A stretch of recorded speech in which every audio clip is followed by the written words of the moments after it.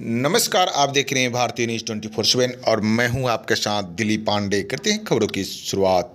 रोहिणी आचार्य का दबंग स्टाइल, बोले पहले हमसे फरिया कर दिखाओ फिर पापा से फरियाइएगा। जी हां, राष्ट्रीय जनता दल के राष्ट्रीय अध्यक्ष लालू प्रसाद यादव की बेटी और सारण के राजद उम्मीदवार रोहिणी आचार्य ने दबंग स्टाइल में बीजेपी पर निशाना साधा है। दरअसल पत्रकारों ने जब उनसे सवाल किया कि एनडीए के नेता पूछ रहे हैं कि राष्ट्रीय जनता दल के राष्ट्रीय अध्यक्ष लालू प्रसाद चुनाव प्रचार में क्यों नहीं जा रहे हैं, इस पर जवाब देते हुए रोहिणी आचार्य ने कहा कि पहले हमसे फरिया कर दिखाओ फिर पापा से फरियाइएगा। रोहिणी आचार्य ने आगे कहा कि बीजेपी के नेता को बोलने का मौका मिलना चाहिए। लालू जी के नाम से वो लोग थर थर कांपते रहे हैं। जिस दिन लालू यादव निकलेंगे उस दिन सबकी बोलती गुल हो जाएगी। इसके बाद दबंग स्टाइलों में काला चश्मा लगाकर चुनाव प्रचार के लिए सारण निकल गई। इधर रोहिणी आचार्य ने इस जवाब पर चिराग पासवान ने उन्हें कहा कि चलिए देखते हैं कितना ही समय है, 4 जून को तो परिणाम आने ही वाला है, पता ही चल जाएगा।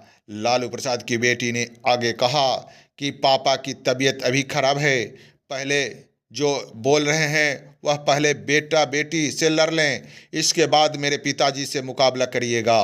रोहिणी आचार्य ने आगे कहा कि बिहार की जनता मुंड इस बार बदलाव की बदली है। उन्होंने कहा कि बीजेपी के लोग सिर्फ झांसा देते हैं। जहां 2 करोड़ रोजगार बिहार को स्पेशल पैकेज का वादा किए थे, उसके साथ ही सभी के खाते में 15-15 लाख रुपए देने का भी वादा किया था। लोग आज तक इंतजार करते हैं कब आएगा 15 लाख रुपया। दूसरी ओर प्रधानमंत्री नरेंद्र मोदी के बिहार दौरे पर राजद नेता और सारण के उम्मीदवार रोहिणी आचार्य ने कहा कि बिहार में अब इनका हेलीकॉप्टर नाचेगा। इनके पास महंगाई, बेरोजगारी, जनता को देने के लिए कोई जवाब नहीं है, इसलिए सिर्फ लालू परिवार को घेर रहे हैं। बीजेपी प्रवक्ता अरविंद सिंह ने रोहिणी आचार्य के बयान पर कहा कि उनको समझ में नहीं आता कि माता पिता मुख्यमंत्री रहे हैं लेकिन भाई 9वां पास भी नहीं कर सका।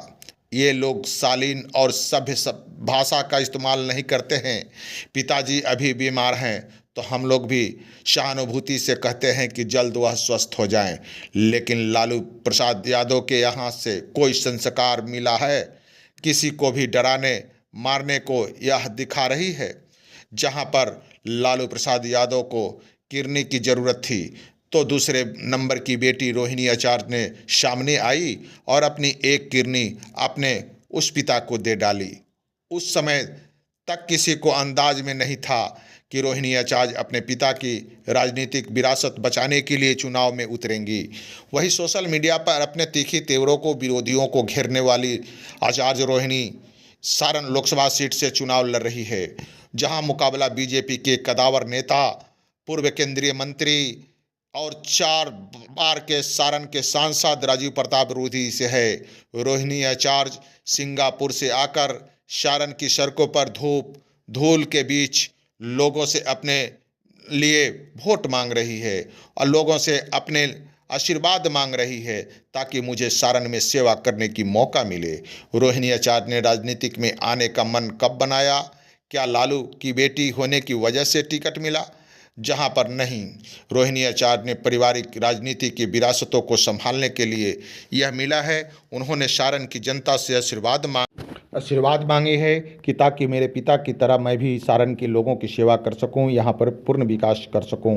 रोहिणी आचार्य ने राजनीति में आने का कब मन बनाया? लालू की बेटी होने की वजह से टिकट मिला, लेकिन नहीं, उन्होंने कहा कि परिवार की राजनीतिक विरासत को संभालने के लिए, पिताजी के कार्यों पर, उनकी राहों पर चलने के लिए मुझे यह आशीर्वाद मिला है।